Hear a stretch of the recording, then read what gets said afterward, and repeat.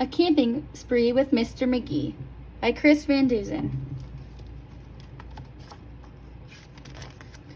Early one morning at 7:03, Mr. Magee and his little dog Dee packed up the camper and hitched up the load, hopped in the Rambler, and then hit the road. They drove to the mountains far from the sea for 2 nights of camping, or possibly 3.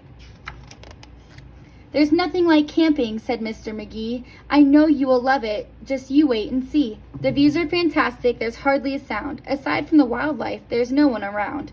And the air is so sweet, you'll sleep like a log," said Mr. Magee to his small spotted dog.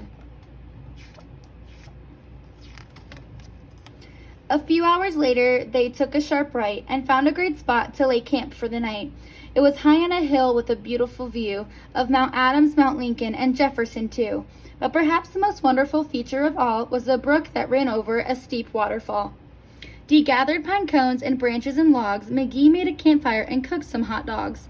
And as the sun set behind far distant knolls, they sat roasting marshmallows over the coals.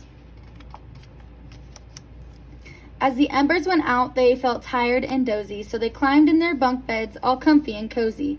But while they were falling asleep without care, along came a stumbling, bumbling bear. A kindly odd bear whose sight wasn't so clear. He couldn't see far and couldn't see near.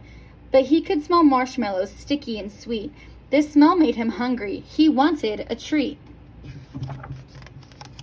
He sniffed out the place where the marshmallows lay, but the car and the camper were in the bear's way. Yet that didn't stop the sneaky old snitch. He simply tried squeezing right under the hitch. And as he was shimmying into the gap, he pushed up the hitch, which let go with a snap.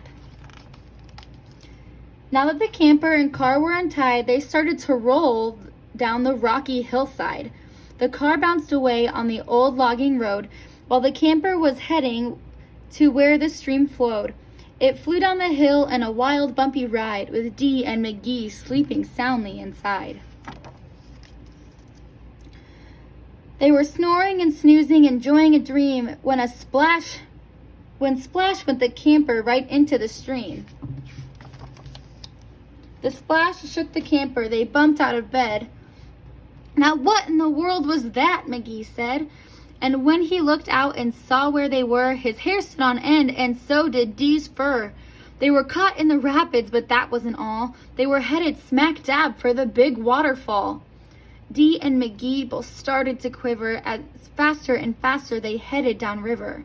But just when they thought they'd fall over the edge, their camper got stuck on a rock at the ledge.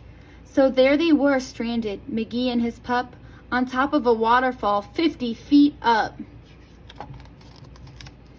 Meanwhile, that nearsighted bear from before was searching for one little marshmallow more, when lo and behold, as if out of a dream, he spied something sweet floating over the stream. But what the bear thought was a marshmallow treat was really the hitch and not something to eat. The bear was determined to capture his prize, so he jumped in the water right up to his thighs. He splashed through the stream to the edge of the fall and snatched up the trailer hitch, camper and all. Dee felt a tug. Magee heard a knock as the bear pulled the camper right off of the rock. He dragged them both all the way back to the bank when he realized the hitch was not sweet, but quite rank. He spit out the hitch and left in dismay while Magee and Dee's camper again rolled away.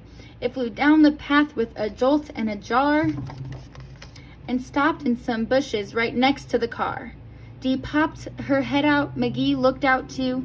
Had they really stopped rolling? Could it be true? At last things were quiet and peaceful and still. They hooked up the hitch and drove off down the hill. And on the way home, Magee said to Dee, "That trip wasn't quite like I thought it would be." So when they got home, with the sky turning red, they decided to camp in the backyard instead.